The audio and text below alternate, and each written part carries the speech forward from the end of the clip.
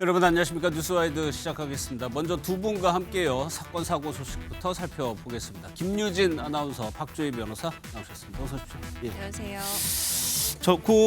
전유성 씨가 세상을 떠났지만 지금까지도 많은 후배들이 전유성 씨를 추모하고 있습니다. 영상을 먼저 보겠습니다.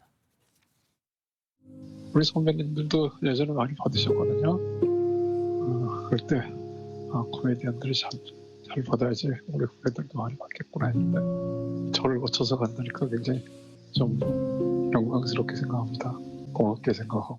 제 친구, 오래전 같이 연극을 했던 코미디언, 개그맨, 그 친구가 지금 이 자리에 없어 저는 너무 가슴이 아픕니다.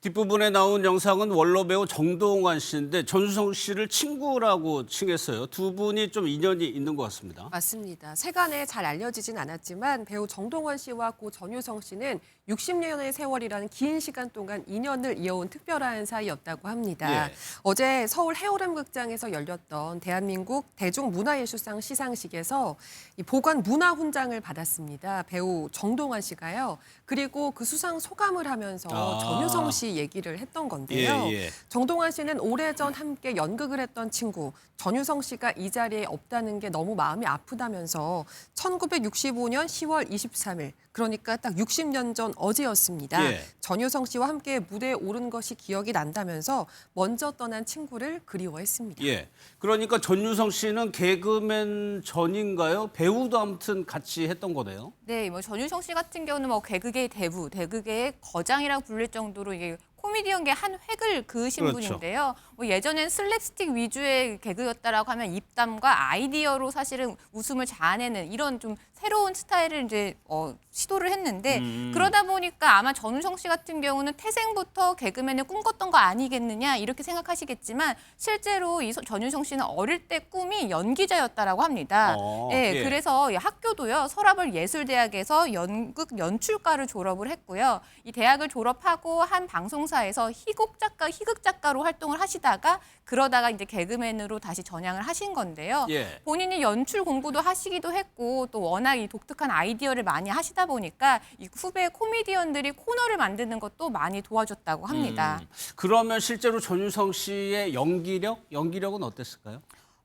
끼가 있는 것과 끼를 발산하는 건 좀 별개의 문제인 것 같아요. 예. 왜냐하면 이 코미디언 엄영수 씨가 전유성 씨의 연기에 대해서 어떻게 평을 했냐면 어떻게 저런 분이 연기자가 됐을까 싶을 정도로 연기를 못한다라는 평을 했습니다. 예. 하지만 그런 매력으로 50년간 견디고 독보적인 존재가 된 거 아니겠느냐라고 평을 했는데요. 예. 그러니까 결국에 전유성 씨 같은 경우는 틀을 깨고 그리고 기존에 없는 것 이런 거를 시도하는 게 이 전유성 씨만의 매력이자 강점 아니었나 이렇게 생각이 됩니다.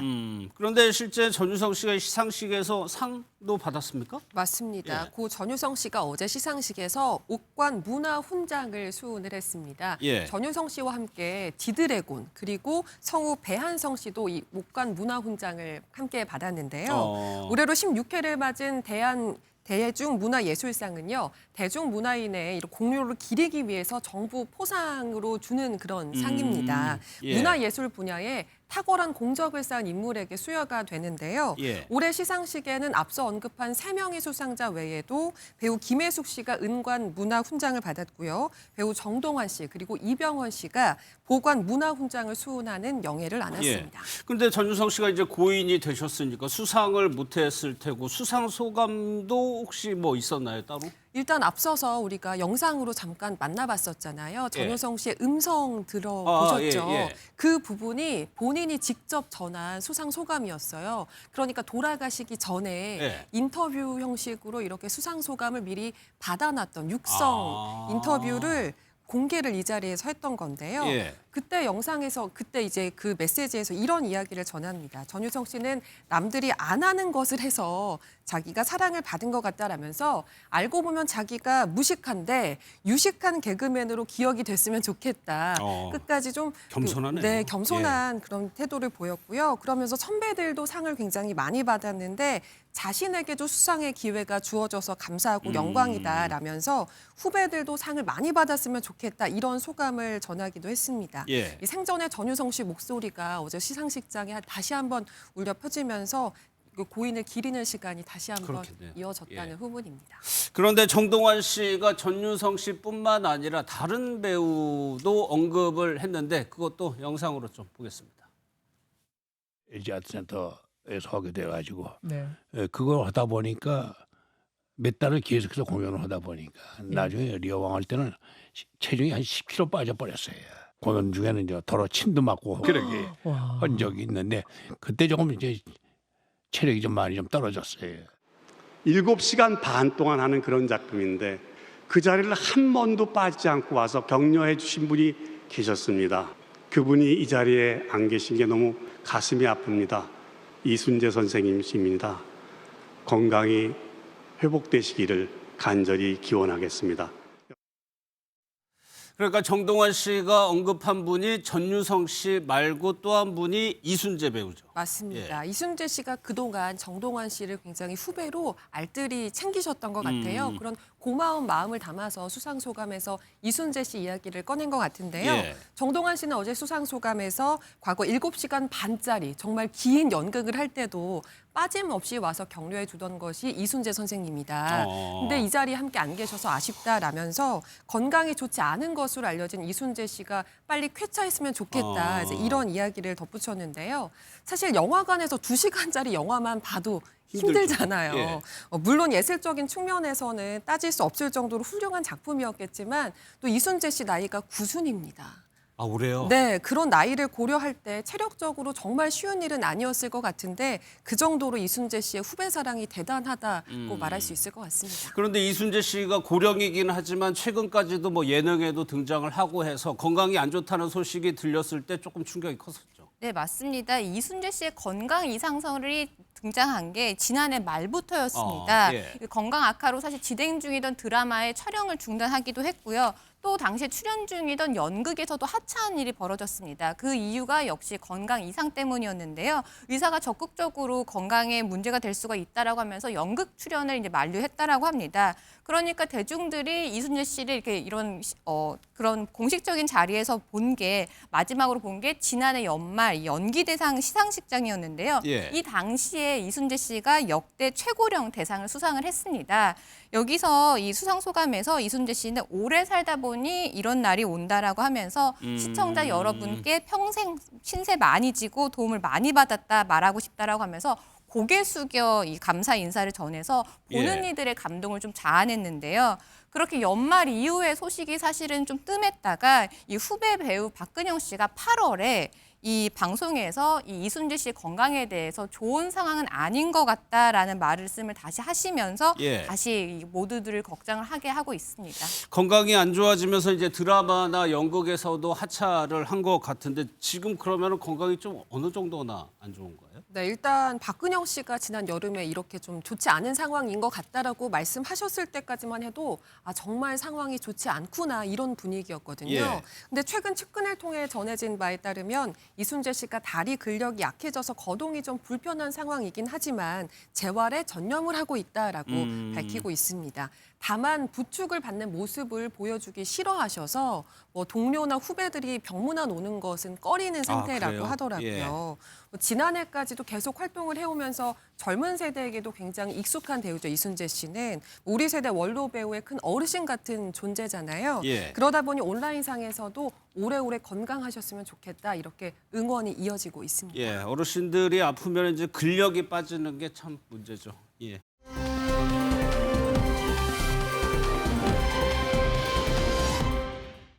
다음 소식은 가수 김정민 씨 아들이 축구 국가대표에 뽑혔는데 일본 국가대표라고 합니다. 일단 영상부터 좀 보겠습니다.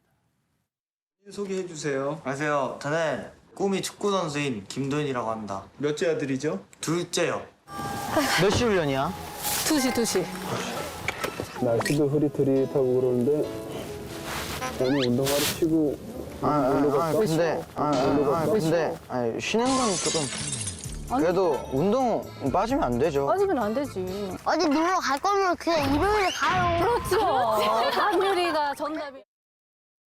아들 이름이 도윤군인 것 같습니다. 지금 영상에도 봤지만 운동에 대해서 애착이 굉장한 것 같은데 결국 네. 꿈이 이루어진 거예요. 맞습니다. 가수 김정민 씨 아들인 김도윤 군이 다음 달부터 카타르에서 열리는 17세 이하 월드컵에서 뛸 일본 축구 국가대표팀에 선발됐다는 소식입니다. 예. 사실 김정민 씨는 일본인 아내와 결혼해서 새 아들을 두고 있는데 아들 셋이 모두 축구를 한다는 얘기는 굉장히 많이 알려진 내용인데요. 사실 도윤 군은 이번에 처음에는 대표 명단에 포함이 안 됐었대요. 예. 그러다가 최종 명단에 이름을 올렸던 공격수 한 명이 부상을 당하면서 하차하게 됐고 대체 선발이 된 거라고 합니다.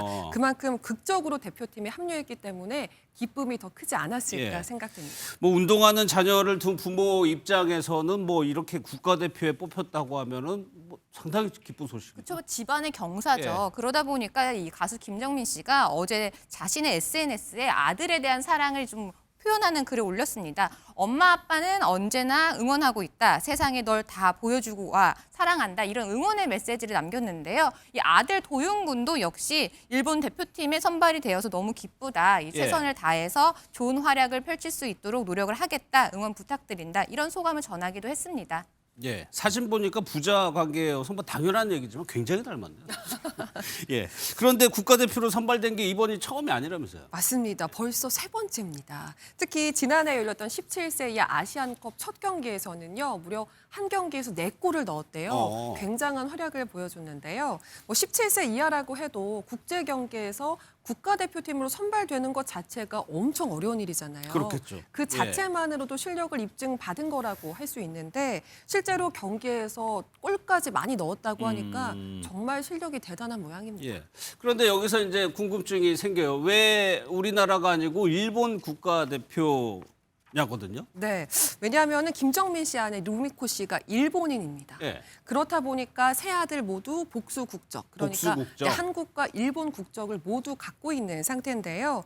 도윤 군이 사실 축구를 처음 시작한 건 한국이었습니다. 예. 초등학교 때 축구에 입문을 했는데 그 이후에 FC 서울 산하 유소년 팀에서 선수 활동을 시작을 했고요. 그리고 나서 일본으로 유학을 가서 2023년부터는 일본 프로축구 리그죠. J리그에서 활동을 했다고 하고요. 예. 이렇게 일본 국가대표팀으로 선발이 된 겁니다. 예. 이런 내용에 대해서 김정민 씨는 아이들이 뭐 한국이 더 좋다, 일본이 더 좋다 이런 건 없다. 다만 일본에서 먼저 기회를 준 것이다라고 밝히기도 했습니다.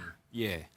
그러면은 복수 국적이면은 여기 도윤군 같은 경우는 2년 뒤에 국적을 선택해야 되는 건가요? 2년 뒤가 아닙니다. 네. 왜냐하면 이게 국적법에 따르면 원래 출생으로 이중 국적을 갖고 있는 사람 같은 경우는 만 22세 이전까지는 국적을 선택을 해야 되거든요. 하지만 남자는 다릅니다. 남자는 병역의 의무가 있기 때문에 예. 18세가 되는 3월까지 이 부분을 선택을 해야 됩니다. 그러다 보니까 도윤군 같은 경우는 이 18세, 그러니까 병역 의무를 지워야 되는 그 시점 이전까지는 이거 선택을 해야 되고요. 만약에 해외에 거주하고 있는 이 복수 국적의 남성들 같은 경우는 37살까지는 사실 선택은 할 수가 있거든요. 더 예. 연장은 가능하거든요. 그래서 아마 활동을 하면서 국가대표 활동을 하면서 어느 나라에 더 기회가 있는지 이런 부분 좀 살펴서 결정하지 않을까 싶습니다. 예. 그러니까 도윤군도 그거 아무튼 축구가 뭐 중요하니까 그 부분을 좀 고려할 것 같은데, 그러니까 앞서 김유진 아나운서가 뭐 도윤군뿐만 아니라 세 아들이 다 축구 선수. 다 축구를 시켰어요. 맞습니다. 세 아들 모두 지금 축구 선수로 활동을 하고 예. 있는데요. 도윤 군이 축구를 하려고 일본에 유학을 갔다고 했잖아요. 예. 그때 엄마 그리고 다른 형제들도 같이 일본에 가서 지금 김정민 씨 빼고는 가족들이 모두 일본에서 생활을 하고 있다고 김정민 합니다. 씨만 한국에. 네, 맞습니다. 김정민 씨 아내는 운동하는 세 아들을 케어하고 또 훌륭한 축구 선수로 키워내기 위해서 굉장히 애를 쓰고 있다는데요. 예. 축구장에서 아들이 부상을 당해도 이겨내야 된다. 상대방도 똑같이 아프다. 굉장히 강하게 독려를 하신다고 하더라고요. 예. 또 저도 아들을 키우는 입장에서 아들 하나만 해도 이렇게 힘든데 셋은 과연 어느 정도일까? 홀로 키우고 있는 거죠. 그러니까요. 감히 상상이 안 되는데 무엇보다 식비 감당도 어려울 것 같다는 생각이 들거든요. 왜냐하면 아들들한테는 소고기 맛을 늦게 알려줘야 된다. 이런 우스갯소리를 해요. 왜냐하면 알고 나면 식비 감당이 어려우니까. 근데 셋 다 운동을 한다고 하니까 먹는 것도 얼마나 신경 쓰시겠어요. 예. 같은 엄마로서 여러모로 존경스럽다는 예. 얘기를 할 수밖에 없을 것 같습니다. 그럼 김정민 씨 입장에서 기러기 아빠가 그렇죠. 된 거잖아요. 그럼 혼자 사는 것도 쉽지 않거든요. 김정민 씨의 삶의 원동력은 아마 가족인 것 같습니다. 예. 당연히 혼자 사는데 힘들 수밖에 없겠지만 김정민 씨가 아침에 일어나서 제일 먼저 하는 일이요. 가족 단톡방에 안부 메시지 남기고 가족들의 답장을 기다리는 거고요. 또 어설픈 솜씨지만 살림을 하면서도 그 살림한 부분까지도 다 단톡방에 남겨가지고 가족들한테 전하고 있대요. 그리고 운동하면서도 운동한 틈틈이 또 가족들에게 뭐 이런 본인의 상황을 보고를 하고요. 예. 또 혼자 있을 때는 아들들의 영상들을 보면서 혼자 눈시울이 붉어지기도 한다라고 해요. 그러니까 예. 분명히 혼자 지내는 생활이 어려운 부분도 있지만 이게 모두 우리 가족 그리고 우리 아들들을 위한 거다라고 하면서 그 부분 자체도 잘 감내를 하고 계시는 것 같습니다. 그러니까 그 소식이 더 기쁠 수가 있겠네요, 김정민 씨는. 그런데 한국에서 활동하다 일본으로 건너가서 국가대표가 된 앞선 경우가 추성훈 씨도 그랬었거든요. 네, 뭐 추성훈 씨 같은 경우는 이제 한국계 일본인 이 선수로 알려져 있죠. 일본 오사카에서 제일 한국인 4세로 태어나서 우리나라에서도 2001년 아시아 유도 선수권 대회에서 우리 대한민국 국가대표로 출전을 해서 금메달을 따기도 했는데요. 예. 그런데 2001년 10월에 출전한 이 전국체전을 마지막으로 일본으로 귀화를 했습니다. 근데 일본으로 귀화하게 된 경위에 대해서 일본과 다른 스파르타식 훈련이 조금 힘들었고 그리고 끊임없는 편파 판정과 그리고 이런 파벌에 대한 불만 때문이다 이런 평가들이 그랬죠. 있거든요. 예. 그러다 보니까 아까 김정민 씨도 뭐 한국이 좋다, 일본이 좋다 이걸 선택을 하는 게 아니라 사실상 운동선수로서 나의 기량을 좀 더 펼칠 수 있는 대로 선택하지 않을까 싶거든요. 예. 이 국가대표가 된다라는 거는 하늘의 별 따기이기 때문에 좋은 기회를 받을 수 있다라고 하면 그걸 고려해서 국가를 선택하지 않을까 싶습니다.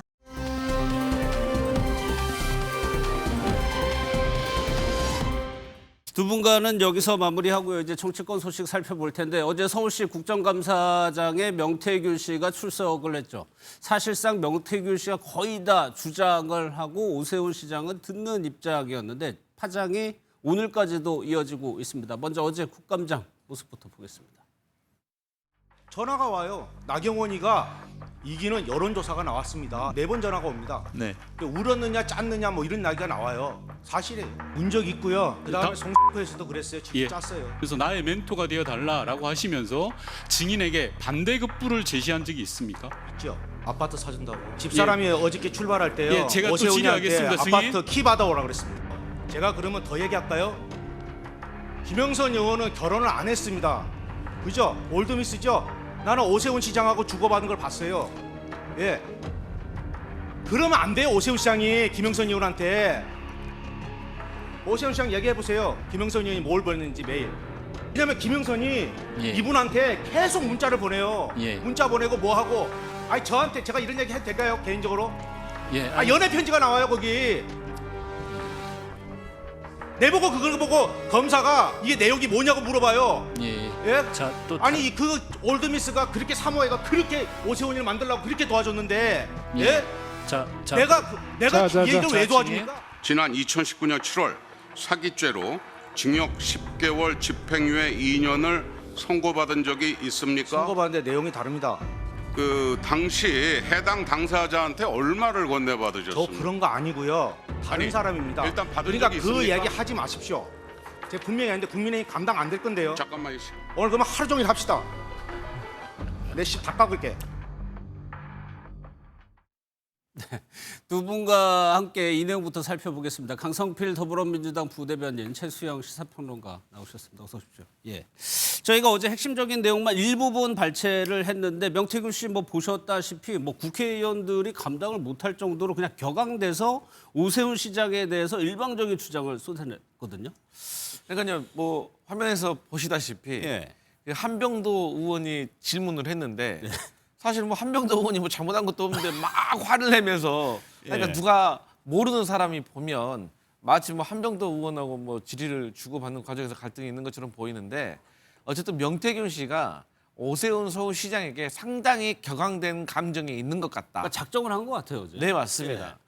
그러면서 여러 가지 얘기를 하고 싶은데 뭐 본인의 말처럼 그리고 오세훈 서울시장의 말처럼 11월 8일 날 특검에서 대질신문이 있기 때문에 예. 자세한 내용을 알려주면 오세훈 시장은 명태균에게, 명태균 씨는 오세훈 시장에게 서로의 어떤 미천을 보여주는 격이 되기 때문에 예. 말을 자제할 수밖에 없다라고 했던 것 같습니다.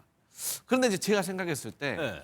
오세훈 서울시장이 그럼에도 불구하고 최소한의 내용을 해명할 수 있는 것들은 좀 있었거든요. 예. 그러니까 뭐 예를 들어서 명태균 씨는 오세훈 서울시장을 7번 만났다라고 주장을 하고 있고 오세훈 서울시장은 명태균 씨를 2번 만났다라고 주장을 하고 있잖아요. 예. 그러면 오세훈 서울시장이 2번 만났습니다. 이렇게는 확답을 줄 수가 있잖아요. 만약에 7번을 만났다고 하면 부연 설명이 붙어서 여러 가지 어떤 재판과 수사에 문제가 있겠지만 2번만 만났다고 하면 2번만 만났다라고 명쾌하게 밝히는 게 예. 저는 오세훈 서울시장을 바라보는 서울 시민들이 혹여라도 의심을 할 수 있고 부정적인 시선으로 변할 수 있기 때문에 그런 면에 있어서는 조금 오세훈 시장이 최대한의 방어를 하는 게 어땠을까라는 생각을 해봅니다. 그러니까 수사 뭐 다음 달 받을 수사와 직접적인 관련이 없는 부분은 좀 명확하게 얘기할 수도 있었다. 네. 저희가 그 부분도 뒤에서 한번 짚어보긴 할 텐데 어제 오세훈 시장의 국감의 모습이 이런 거였어요. 그러니까는 오세훈 시장이 여기 앉아 있고 옆에서 아마 얘기를 막 저렇게 했던 겁니다. 그러면은 웃거나 실소를 터뜨리거나 직접적인 대응은 하지 않는 전략을 썼거든요. 네. 이거는 왜 그렇다고 보세요? 아니 그 명태균 씨가 국감장에서 이제 본인이 갖고 있는 지금의 상황을 잘 이용해가지고 저렇게 마구잡이로 떠드는데 네. 오 시장이 거기에 대해서 여기도 최소한 국감장에서의 발언은 모든 게 다 이제 증거 능력이 있게 되는 것 아닙니까? 증인 선서라고 하는 거니까. 예. 그러니까 거기에 대해서 시인도 부인도 안 하는 전략을 한 거죠. 왜냐하면 어제 했던 행동을 보면 허언증 브로커라는 게 입증이 돼요. 왜냐하면 핵심적인 건 그거잖아요. 여론조사를 그러면 그 일본 납품을 해서 열세 차례 납품해가지고 그러면 오 시장의 측근인 김한정 씨한테 돈을 받았냐 했더니까 그건 또 아니라고 그래요. 난 돈하고 상관도 없고 예. 나는 그거에 관심도 없다는 것 아닙니까? 근데 오 시장이 받고 있는 혐의가 바로 그거예요.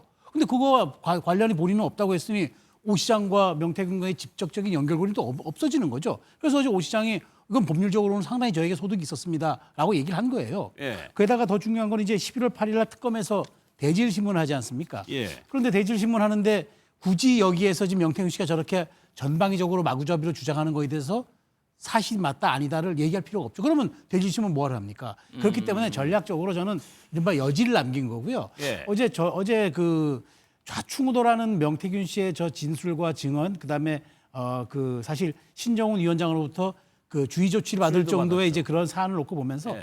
많은 분들이 자 그러면 명태균 씨가 갖고 있는 저 진실성이라든가 신빙성에 대해서는 많이 고개를 갸웃했을 것 같아요. 민주당 의원들도 좀 당혹했을 오히려. 것 같습니다. 그래서 예. 어찌됐건 저는 어제 보면서 차라리 이제 오 시장이 이제 특검을 통해서 본인이 클리어시킬 생각만 하고 어제 국감장은 정치 공세의 장이니까 본인이 괜히 휘말려 들을까 봐 제가 보기에 약간 전략적 거리를 둔 게 아닌가 그런 생각이 들어요. 아니 그런데 왜 그러냐? 앞서 저희가 영상에도 봤고 뭐 뒤에서도 한번 김영선 전 의원 얘기 보겠지만 뭐 연애 편지, 그러니까요. 사모라든지 이런 단어들이 막 등장하거든요. 아 근데 제가 보기에 어제 그게 또 공개가 되고. 그러니까 제가 예. 뭐 사실 국감장에서 좀 민망하더라고요. 그리고 예. 아니 사람 간에 일종의 사인 간의 얘기들일 수도 있잖아요. 근데 그게 뭐 저는 진실이 어디까지인지 모르겠는데 아니 뭐 가정 있는 오 시장하고 지금 미혼인 김영선 시장이 뭘 주고받았는지 그걸 다 일일이 뭐 우리가 눈으로 확인하지 않았지만 이러저러하게 정치적인 어떤 그런 뭐 지원이라든가 성원이 있을 수도 있고 그런 예. 표현이 있을 수도 있는데 마치 연애 편지를 보낸 것처럼 그러니까 이게 본질과 무슨 상관이 있습니까? 오 시장이 어제 저는 그 답변을 했어요. 그러니까 횟수 7번 만났냐 이것도 물론 중요하지만 예. 자기가 일정이 딱 공개적으로 이제 후보의 일정이 동선이 공개되는 순간 김영선을 대동하고 불쑥불쑥 수시로 그냥 나타났다는 것 아닙니까? 예. 그러니 뭐 안 만날 방법은 없었겠고 그러다 보니까 자꾸 명태균 씨의 주장은 7번이고 구체성을 얘기하니까 나의 말에 디테일이 있지 않느냐 얘기인데 그 행사장 혹은 뭐 유세장 혹은 이런 과정에서 공식적으로 공개적으로 만났다는 게 그럼 횟수가 무슨 의미가 있을까요? 중요한 건 그로 인해서 불법적인 미공표 여론조사를 오 시장이 받았느냐, 예. 받아서 활용했느냐, 그래서 대가에 돈을 지불했느냐 이게 핵심인데 나머지 곁가지 얘기를 계속하고 있지 않습니까? 예. 명태균 씨는. 그러니까, 그러다 보니까 예. 그런 거예요. 그러니까 명태균 씨가 며칠 전날이었나요? 자기 국감장에 나갈 네. 거다라고 계속 공표를 하면서 자극적인 주장들을 하고 그 부분에 대해서 오세훈 시장이 실소를 터졌다는 게 그 부분에서 실소가 터졌다는 건데 결국에는 네. 뭐 검찰로 가게 되겠지만 진술의 신빙성 아니겠어요, 명태균 씨? 근데 이제 그 명태균 씨는 기본적으로 이 언론 플레이에 좀 능한 면이 있습니다. 그러니까 본인의 메시지가 어떻게 되면 국민들의 관심을 끌 수 있을까에 대해서 정확히 포인트를 알아요. 그러니까 오늘 우리가 이런 얘기 하는 것마저도 이것도 노렸을까요? 예를 들어서 지금 어제 명태균 씨가 많은 이야기를 했지만 한 3개 단어로 축약을 하면 제일 첫 번째가 연애 편지, 예. 두 번째가 오세훈 시장이 찔찔 짰다, 뭐 울었다. 그리고 세 번째가 예. 아파트 키, 뭐 요 정도거든요. 그러니까 사람들이 생각했을 때는 되게 관심이 가는 거잖아요. 근데 예. 실상 우리 최수영 평론가님께서 말씀하셨듯이 이 연애 편지하고 이 뭐 울었다 이거는 사실 사건의 본질하고는 조금 동떨어진 면이 있긴 해요. 그렇죠. 물론 아파트 키는 어떤 범죄에 대한 대가로 예. 비춰줄 수 연결이 될 수 있기 때문에 중요한 부분이 되겠지만 그런데 이제 오세훈 서울시장 입장에서는 사실 본인이 아무 말도 하고 있지 않으니까 명태균 씨의 주장만 이렇게 쫙 언론에 나오게 되는 거잖아요. 그렇게 되면 과연 본인에게 유리했을까? 근데 이제 명태균 씨는 이제 객관적인 증거를 가지고 있다고 이제 뭐 주장을 하는 거죠. 예. 그 주장 중에 하나가 오세훈 서울시장을 2번 만났냐, 7번 만났냐거든요. 예. 근데 뭐 한간에서는 뭐 만난 횟수가 뭐가 중요하냐라고 지적할 수도 있겠지만 우리가 한 번이나 혹은 아주 많게 2번 정도 만나면 그냥 뭐 우연이라든지 어쩌다 만났다고 우리가 얘기를 할 수가 있어요. 예. 하지만 7번을 만났다는 거는 뭔가 목적을 가지고 만났고 그 목적을 이루기 위해서 협의나 상의를 했다고 충분히 의심할 수 있을 만큼의 횟수예요. 아니 서울시장이 뭐 한간 사람 아니잖아요. 예. 그렇기 때문에 서울시장 같은 분들은 한두 번만 만나도 사실 오해 소지가 큰 거거든요. 그렇기 때문에 제가 봤을 때는 여론조사와 관련해가지고 과연 오세훈 서울시장이 명태균 씨를 통해가지고 도움을 받았는지 예. 도움을 받았다면 어떻게 도움을 받았는지 그리고 그 비용은 김한정 씨가 명태균 씨 측에게 전달이 됐는데 이것은 뭐 오세훈 서울시장이 시켰는지 아니면 인지를 했는지 그리고 마지막으로 명태균 씨가 돈을 안 받았다고 하잖아요. 본인이. 그거는 제가 생각했을 땐 저분 아마 신용 불량자일 거예요. 그러다 보니까 본인이 바로 못 받으니까 강혜경 씨를 통해서 미래한국연구소를 통해서 받았을 수도 있습니다. 혹은 본인의 말처럼 본인은 상관이 없을 수도 있고 예. 하지만 이거는 특검 조사로 좀 밝혀내야 될 부분인 예. 것 같습니다. 그리고 아까 예, 네. 예. 아니 그 짧게만 네. 사실관계 하니까 강성필 우리 부대변인께서 이제 오 시장이 서울시장이라고 그랬는데 그때는 후보 시절이었고 그러니까 시장의 지위가 아니었고 시장이 되려고 하는 그 선거운동하는 과정이었기 때문에 사실 선거운동하는 과정 입장에서는 본인에게 여론조사로 도움 주겠다는 사람 내칠 수는 없는 거거든요. 그렇기 때문에 예. 시장의 지위를 갖고 만났다는 사실은 그거만 좀 바로잡겠다는 말씀 먼저 드립니다. 예, 아니 그리고 아까 명태균 씨가 국민의힘은 오세훈 시장을 약간 보호해야 되는 네. 입장이었죠. 그렇게 질의가 됐는지 모르니까 갑자기 국민의힘을 향해서 감당할 수 있겠냐라고 그러니까요. 위협 발언을 했거든요. 아니 그러니까 그 예. 진위가 그거예요. 당신 저 PPT에 띄운 전과 사실 맞느냐 얘기를 했는데 또 그 얘기를 하면서 자기 요새 눈이 나빠서 안 보인다고 하다가 민주당 의원들이 또 PPT를 띄우니까 그것도 잘 보입니다.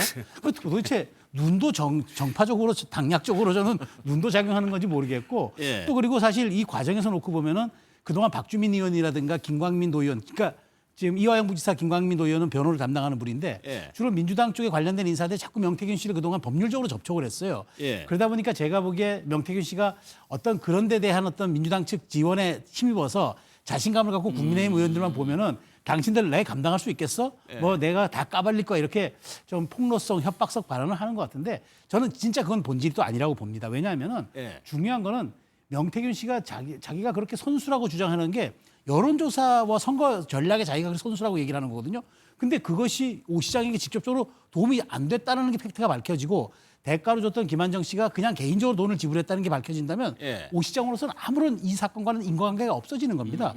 그러다 보니까 저 강성필 부대변인께서 말씀 잘하셨는데 그 키워드 3가지 아주 자극적이고 대중의 어떤 그런 관심을 불러일으킬 그런 자극적 소재들만 가지고 국감장을 정략적으로 누비고 다닌 거라고 저는 봐요. 이리 찌르고 저리 찌르고. 예. 그래서 그 7번 만났냐 2번 만났냐 그리고 오세훈 시장은 어제 어떻게 답변을 했는지 그 내용 듣고 이어가도록 하겠습니다. 몇 번 만나셨어요 그러면? 7번 만났어요. 본인이 뭐 7번씩 만났다 이렇게 주장을 하는데 거의 대부분이 스토킹한 겁니다. 선거할 때에 일정이 밝혀지지 않습니까? 다 공개가 되고. 그럴 때 김영선을 대동하고 불쑥불쑥 나타나가지고 갑자기 들이밀고 뭘 요청하고 뭘 하라 마라 하다가 쫓겨나고 한 과정들이 다 증인들도 있고 입증이 가능합니다. 이제 그런 것들은 아마 대지신문을 통해서 또 검찰 특검 수사를 통해서 다 밝혀질 거라고 생각합니다.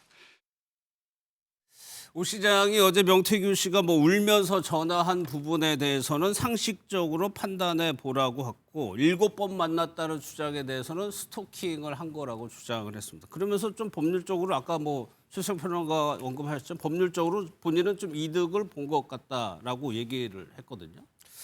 근데 이제 그 명태균 씨가 이 상황과 관련해 가지고 이득 볼 수 있는 게 무엇일까라고 제가 생각을 해봤어요. 명태균 씨가? 네, 명태균 예. 씨가. 저는 이제 사실 명태균 씨가 만약에 이 정말 오세훈 서울시장과의 어떤 여론조사와 관련해 가지고 불법적인 내용이 없었다. 정말 그 부분과 관련해서 결백하다라는 가정하에 오세훈 시장을 저렇게 공격한다는 것은 그러면 누가 봐도 오세훈 서울시장이 다음 지방선거에서 서울시장 후보가 못 되고 예. 대선은 안 되고 또 국민의힘 서울시장 후보가 된다고 하더라도 본선에서 민주당 후보에게 패배하기를 바라기 때문에 저렇게 공격한다고밖에 볼 수가 없는 것이거든요. 예.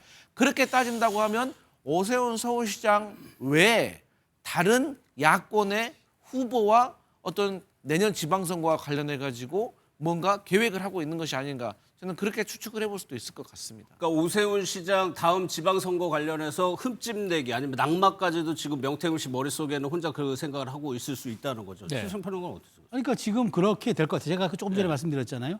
박주민 의원, 김광민 도의원 이런 분들이 이제 법률 조언을 하겠다, 법률 지원을 하겠다 이렇게 얘기하는데 예. 그 명태균 씨 입장에서는 어찌됐건 지금 보면은 제가 뭐 추론의 영역이긴 하지만 지금 확실하게 이제 변호인의 법률 지원도 그렇고 민주당 쪽하고 연결고리가 있는 것 같아요. 그다음에 현재 집권 세력이고 본인이 예. 어떤 식으로 이제 뭐 유죄 판결을 받든 이제 뭐 사건에 대해서 책임을 지더라도 본인 입장에서 나쁜 게 없다고 보고 야권의 상징 자본이고 서울시장의 유력한 지금 이번에 되면 5번 되는 서울시장 오세훈 시장 아니겠어요? 예. 오 시장을 만일 저격해가지고 오 시장이 여기에서 만일 자기의 공격 때문에 흠집을 입거나 혹은 여기에 대해서 뭘 해서 낙마하거나 하는 상처를 입어서 어찌됐건 본선 경쟁력이 떨어진다고 생각하면 민주당 입장에서는 저렇게 큰 공신도 공신이 없는 거예요. 예. 그러다 보니까 본인이 여기에 대해서 좀 오버해가지고 어떤 식으로라도 오 시장을 끌어내리겠다. 예. 이번 차기 선거 이제 뭐 8개월밖에 남지 않은 상황에서 어떤 식으로 본인이 이제 공신 역할을 하겠다고 저렇게 한마디로 표현하면 제가 조금 거칩니다만 날뛰는 수준으로 갔다라고 저는 보여지고요. 그런 것들이 어제 민주당 의원들이 질의 유도를 통해서도 저는 약간 느낌이 오더라고요. 어떤 식으로든 명태균의 입을 통해서 오 시장을 공격하는 이른바 차도살인의 예. 전략을 민주당은 구상하고 있고 차도살인. 예, 그다음에 명태균 씨는 거기에 적극적으로 부합하는 그런 공생관계가 지금 진행되고 있는 것이 아닌가 예. 합리적인 좀 의심이 들었어요. 뒷부분에 바로 오늘 정치권에서 이어지기 때문에 조금만 기다리시고 왜냐하면 여기 중간에 등장하는 인물이 김영선 전 의원입니다. 오늘 그 이 두 사람의 주장에 대해서 김영선 전 의원이 본인의 생각을 밝힌 부분이 있습니다. 어떻게 들었는지 한번 직접 들어보겠습니다. 사실 제가 명태균한테 오세훈 전 국회의원이 다시 서울시장이 되면 좋겠다 그렇게 부탁을 했기 때문에 명태균 씨가 이제 오세훈을 돕겠다고 이제 나서게 됐고 그래서 한 2번 정도는 같이 만났고요. 그 나머지는 이제 그리고 나서는 둘 간의 얘기를 되는데 이제 명태균이가 오세훈 시장이랑 이제 만났는데 이제 저를 오라고 그래서 배석을 하게 된 경우는 있어요. 약간 뭐 오세훈 시장도 약간의 과장이 있고 명태균님도 약간의 과장이 있는데 나올 만한 얘기는 다 나왔어요. 그 당사자의 얘기인데 전 뭐 여러 가지 짚어볼 대목이 있습니다만 저는 가장 궁금한 대목이 마지막에 얘기한 거예요. 네. 약간의 그러니까 오세훈 시장도 과장이 있고 명태균 씨도 과장이 있지만 나올 만한 얘기는 다 나왔다. 뭐가 과장이고 나올 만한 얘기는 다 나왔다. 그럼 뭘 얘기하는 걸까요? 그러니까 이제 명태균 씨가 과장하는 거는 오세훈 서울시장과 뭐 김영선 전 의원과의 그 로맨스, 연애 편지 예. 이 부분에 있어서 좀 과장이 있다라고 이제 말씀하시는 것 같고 김영선 전 의원이 예.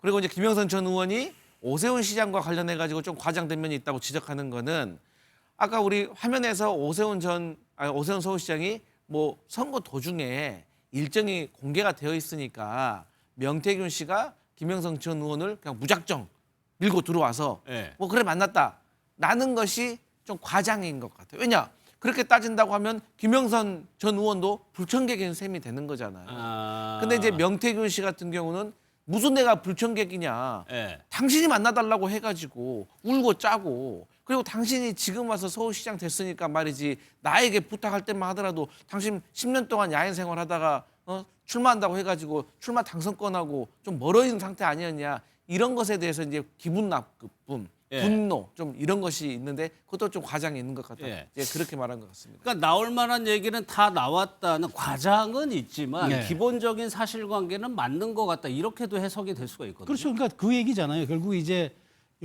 명태균 씨를 만나서 명태균 씨에게 도움을 요청해서 명태균 씨가 미공표 여론조사를 13차례나 전달해가지고 예. 그걸 가지고 오 시장이 활용해가지고 나경원 의원을 이겨서 시장이 됐다. 그 대가로 이제 3,300만 원을 건네갔다. 이게 지금 이 사건에 딱 떨어진 팩트예요. 근데 여기서 많이 허물어지고 있는 게 있잖아요. 나는 근데 돈 관계는 모르겠다. 일단 그 한 발을 빼는 거고 예. 미공표 여론조사는 오 시장 활용한 바가 없다는 거잖아요. 이게 당에 납품이 돼가지고 김종인 비대위원장 시절에 그걸 뭐 당에서는 어떻게 했는지 모르겠지만 내가 캠프에 산 적은 없다라고 이제 서는 거기 때문에 예. 이런 부분들이니까 나올 얘기는 다 나왔어. 사실 여기에서 이제 나머지 무슨 뭐 편지가 어떻고 뭐 울면서 했던 게 어떻고 아파트가 어떻고 하는 건 이건 다 전부 다 지엽적인 이야기고요.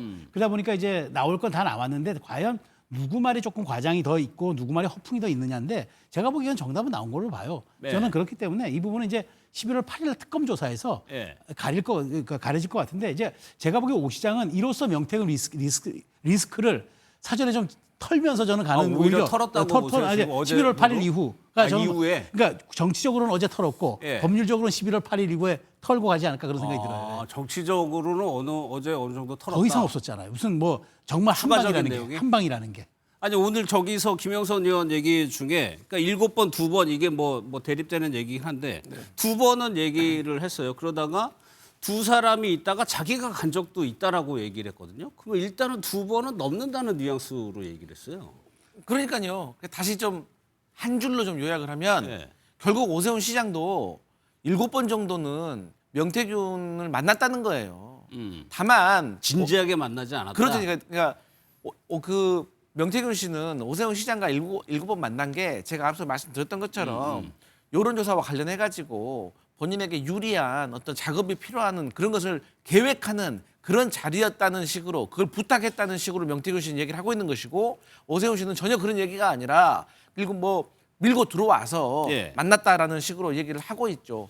그런데 이제 저희 민주당과 명태균 씨가 주장하고 뭐 많은 분들이 의심하고 있는 지점이 뭐냐면 이 어쨌든 오세훈 서울시장의 측근으로 분류되고 있는 강철원 전 부시장이 예. 휴대폰 포렌식을 받았어요. 근데 거기에서 이제 여론조사가 나오거든요. 예. PNR이라는 곳에서 여론조사 한 게. 근데 그 여론조사가 이 강철원 씨에게 전달된 시점이 공표되기 전이었다는 거예요. 그리고 이제 그 여론조사의 결과가 오세훈 서울시장에게 유리하게 나왔고 그것을 오세훈 서울시장이 본인의 페이스북에 안철수 후보를 예. 앞서고 있다라는 것을 올렸다라고 하는 제가 보도를 들은 적이 있거든요. 그렇기 예. 때문에 이 부분에 있어서도 전 특검에서 명확히 규명을 하는 것이 좀 쟁점이 될 것 같다 예. 이렇게 보여집니다. 하나만 더 여쭤볼게요. 오늘 김영선 전 의원이 명태균 씨 관련해서 뭐라고 얘기를 했냐면 고맙지만 애달프게 생각한다라고 얘기를 했어요. 이 말은 무슨 의미로 보이세요? 그러니까 어쨌든 이런 얘기 참 뭐하지만 윤석열 전 대통령의 관계에서 예. 김영선 의원 공천 받아왔잖아요. 국회의원이 됐어. 됐잖아요. 예. 고맙죠. 거기에 그렇지만- 대한 고맙고. 그렇죠. 고맙죠. 그렇지만 여러 가지 과정, 뭐 가정사의 약간 불안정도 있는 것 같고 지금 경제적으로 대단히 어려운 것 같고 본인도 아까 얘기한 대로 신용불나장가 된 것 같고 또 지금 민주당과 국민의힘 사이에서 이렇게 시달리면서 어쨌든 본인은 저렇게 아주 그냥 저충돌하면서 다니는데 예. 뭔가 되는 건 없고 아직도 법률적으로도 클리어되지도 않았고 그러다 보니까 애달지 않겠습니까? 아마 양가성 감정이 있는 것 같아요. 그리고 그 여러 가지 과정을 놓고 보면 김영선 의원에게 명태균 씨가 그러니까 김영선 씨가 명태균 씨에게 대단히 휘둘리는 듯한 모습도 많이 보여가지고 뭐 호떡치고 막 예, 그러니까 막 뭐 네. 있는 자리에서 거의 뭐 이렇게 반말로 하대하듯이 한 적도 있고 해서 아마 김영선 의원 입장에서는 예. 본인이 배지를 그 정치적인 공백기를 딛고 닫게 해준 가장 은인이기도 하지만 또 그로 인해서 지금 이렇게 대한민국에 큰 파장을 불러일으키고 본인도 본인대로 좀 불행해지고 있는 이런 모습들이 애달타가 하는 그 표현이 저는 양가성의 감정의 발로가 아닌가 그런 생각이 들어요. 알겠습니다. 이제 다음 달 8일인가요? 이제 대질신문 한다고 해요. 그런데 여기 김영선 의원이 얘기한 것처럼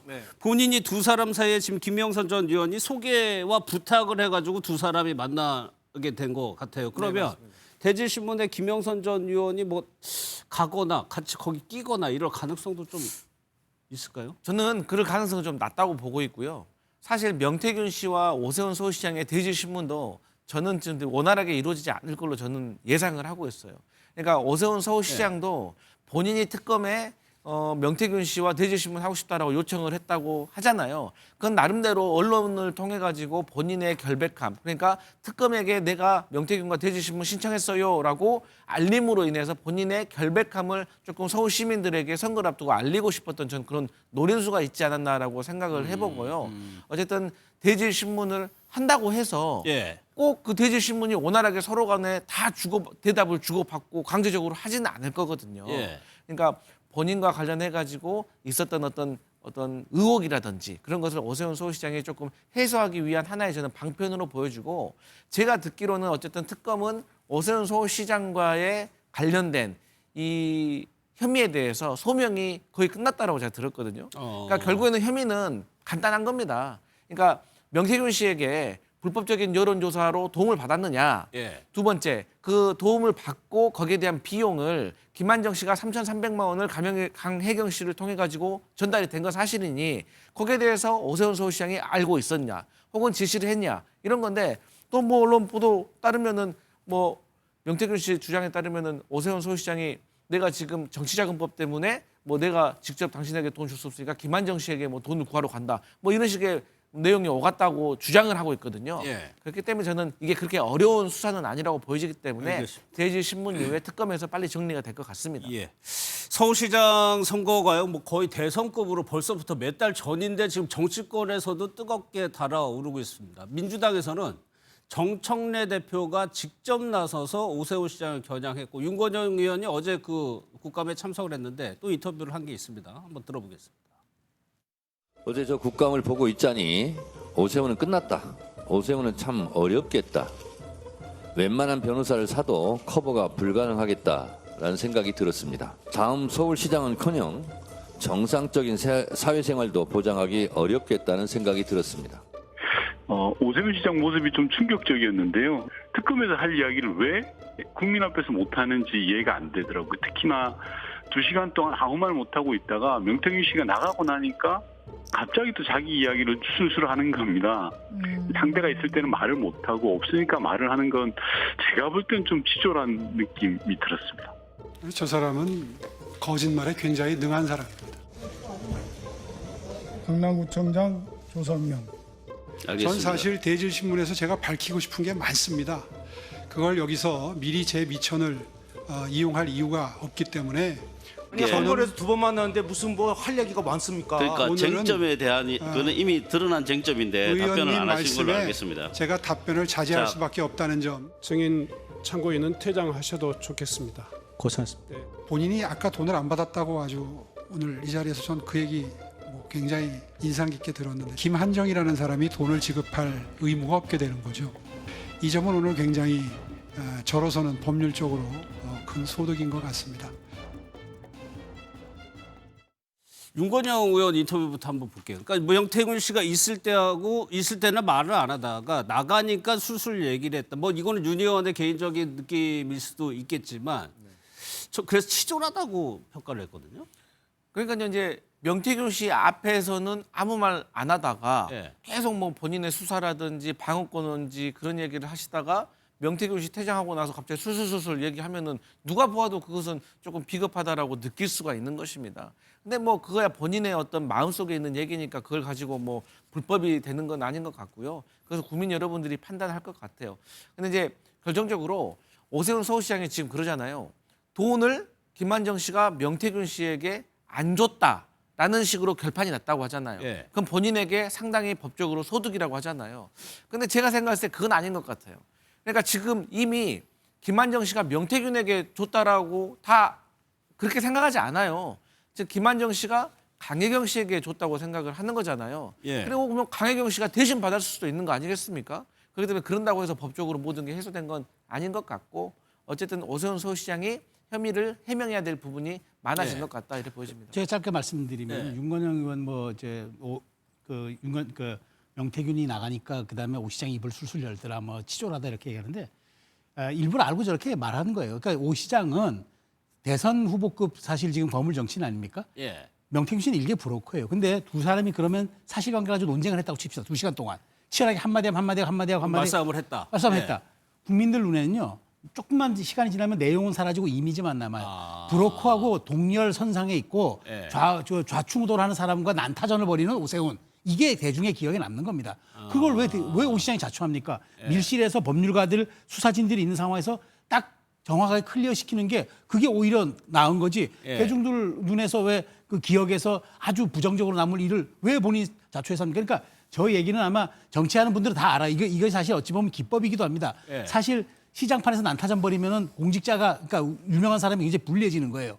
그런 측면에서 전략적으로 한 걸 가지고 마치 명태균이 빠지니 그때서야 얘기를 하더라. 저런 뭐 윤건원 의원도 국정상황실에서 하신 분인데 알면서도 얘기하신 거라 저는 봅니다. 이거 한번 짚어볼게요. 정청래 대표가 직접 나서가지고 아주 세게 얘기를 했습니다. 아예 오세훈은 끝났다. 서울시장은커녕 정상적인 사회생활도 어려울 거다라고 아주 강하게 얘기를 했거든요. 이거는 왜 그런 거예요? 그러니까 저희 민주당이 파악하기로는 근데 뭐 저희가 이제 강제 수사권이 있어서 저희가 뭐 오세훈 서울시장을 직접 조사한 건 아니잖아요. 하지만 지금까지 명태균 씨가 주장하고 다닌 것들, 그리고 강혜경 씨가 명태균 씨, 그리고 김한정 씨와 이 통화했던 것을 녹취록을 또 뭐 언론사에서 입수를 했던 것들, 그런 것들을 쭉 들어보면 뭐 누가 봐도 오세훈 서울시장이 상당히 위험한 지경에 이르렀다라고 충분히 생각할 수 있을 것 같아요. 지금에서부터 뭐 더 나올 게 있다라고 보는 거예요? 근데 사실 지금에 있는 것만 사실로 밝혀줘도 그냥 불법을 저질렀기 때문에 법적 처벌을 받아야 되는 거 아니겠습니까? 그렇기 때문에 더 무엇이 있는지는 모르겠지만 어쨌든 지금까지 나와 있는 거 계속해서 말씀드리지만 아주 단순한 겁니다. 선거를 준비하는 과정에서 명태균 씨한테 불법적인 여론조사로 도움을 받았는지, 그 도움을 받은 대가로 돈을 지급했는지, 그 돈을 지급한 것을 오세훈 씨가 김한정 씨에게 지시를 했는지, 혹은 김한정 씨가 돈을 자의적으로 줬다고 하더라도 오세훈 서울시장이 그것을 인지하고 있었는지 아주 간단한 겁니다. 국민의힘과 오세훈 시장도 가만히 있지 않았습니다. 오늘은 어느 장소, 상징적인 장소를 국민의힘과 오세훈 시장이 함께 찾았습니다. 그 영상을 한번 보겠습니다. 이게 지금 임시방편으로 해놓은 이제 바람 불고 비 오면 이제 자신들은 욕망의 화신이 돼서 이것저것 가리고 개걸스럽게 집어먹다가 접시 다 삼켜놓고 국민들을 향해서는 집 한 채 내 집 맞 죄악이라고 손가락질하는 그런 고약 머리에서는 저는 제대로 된 부동산 정책이 나올 수 없다고 생각합니다.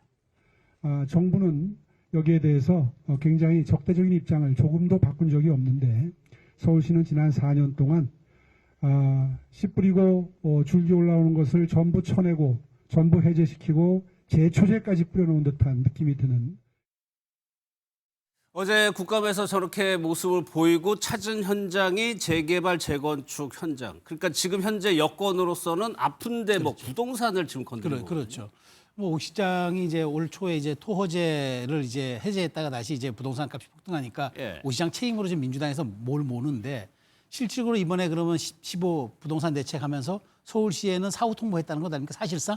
그러니까 뭐 사전에 논의한 적도 없고 어쨌든 지금 민심의 이반도 심하고 그다음에 지금 뭐 그 이른바 부동산 사인방에 대한 어떤 그런 개인적인 일탈 문제도 굉장히 국민들의 분노를 하고 있는 지점에서 오 시장 같은 경우는 어쨌든 그 박원순 전 시장과는 달리 개발론자거든요. 그러다 보니까 토지허가 거래 그 청담 그 이쪽 지역도 풀어가지고 그때 해보겠다는 얘기를 한 건데 근데 지금 공급 대책이 빠진 상황에서의 수요 억제책만 나온 상황 그다음에 더 나아가서 지금 뭐 이 보유세까지도 지금 거론된 이런 상황에서 사실상 지금 그 서울에서는 뭐 전세 물량은 씨가 말랐고 지금 벌써 아파트 15 대책 이후에 아파트 상승률이 지금 최근 들어서 역대 최고라는 정도로 지금 시장이 불안정해 있는 상황에서 저렇게 그 차기 서울시장으로 유력한 그 다시 도전이 유력한 사람과 당 지도부가 갖는다는 거는 그 회동을 갖고 현장을 방문한다는 건 이건 예사롭지 않은 일이죠. 더더군다나 지금 민주당에서는 마땅한 서울시장 후보군이 없다고 저렇게 하는 입장에서 오 시장과 지도부가 국민의힘 지도부가 정확하게 여권에 아픈 것을 저렇게 노린다는 거는 결국 8개월 후의 시장에서 서울시장만큼은 우리가 국민의힘 사수할 수 있겠다. 자신감의 발로인 것 같아요. 다음 날 바로 저렇게 부동산을 들고 나온 거는 지금 야권에서는 이 부동산이 기회다라고 보는 생각도 있을 거예요. 논란도 많았고 지금. 근데 국민의힘은 충분히 그렇게 생각할 수 있다고 생각합니다. 그런데 저희 민주당이 지금 여당입니다. 그런데 어떻게 마땅한 서울시장 후보가 없겠습니까? 네. 후보가 지금 많아서 지금 문제인데. 너무 많아요. 그래서 고민적인 상황인 거고 예. 지금 서울 시내 이제 뭐 아파트 값이 뭐 최고치 이거는요. 제가 그래서 호가가 최고치인 것 같아요. 호가.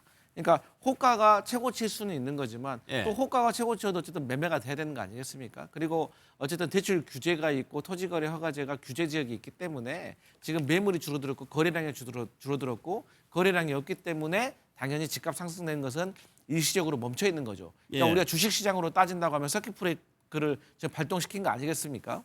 그런데 여기에서 국민의힘이 호도하는 부분에 있어서 저희 민주당이 명쾌하게 좀 밝혀야 될 부분이 있습니다. 그게 뭐냐면 지금 서민들의 꿈을 뭐 걷어찼다, 뭐 집 한 채 가질 뭐 권리를 뭐 부셨다, 뭐 이렇게 공격하잖아요. 지금도 무주택자, 신혼부부, 청년들은 토지거래 허가 규제 지역에서도 대출이 15억 이하 아파트에서는 6억까지 나와요. 예. 청년이나 무주택자 혹은 신혼부부가 바로 아무런 도움도 없이 15억짜리 아파트 이상으로 갈 수 있습니까? 그렇기 때문에 저는 6억이고 지금 DTI도 60%까지 나오기 때문에 저는 이 서민들이라든지 무주택자 분들에게 뭐 꿈을 사다리를 걷어찼다라는 것은 예. 현실과 다르다는 점을 말씀드리고 싶고 어쨌든 저희 민주당과 지금 정부는 갭 투자는 반드시 막아야 된다. 집은 이제 실제로 살아야 된다. 들어가서. 알겠습니다. 그리고 장기 소유해야 된다. 근데 이거는 있습니다. 분명히 알려드려야 될 게 저희가 가는 정책 방향은 맞아요. 그리고 그 효과도 지금 잘 나타날 거라고 믿어요. 그런데 문제는 이 정책을 결정했던 사람들이 저희가 지금 하지 말라고 하는 갭 투자를 10년 전, 20년 전에 이미 했기 때문에 예, 그 그러니까. 부분에 있어서 저희가 예. 도덕적으로 지탄을 받는 것인데 그 부분에 있어서는 송구스럽다는 말씀을 드립니다. 하지만 지금 우리의 정책 방향은 맞다 이런 말씀을 드립니다. 알겠습니다.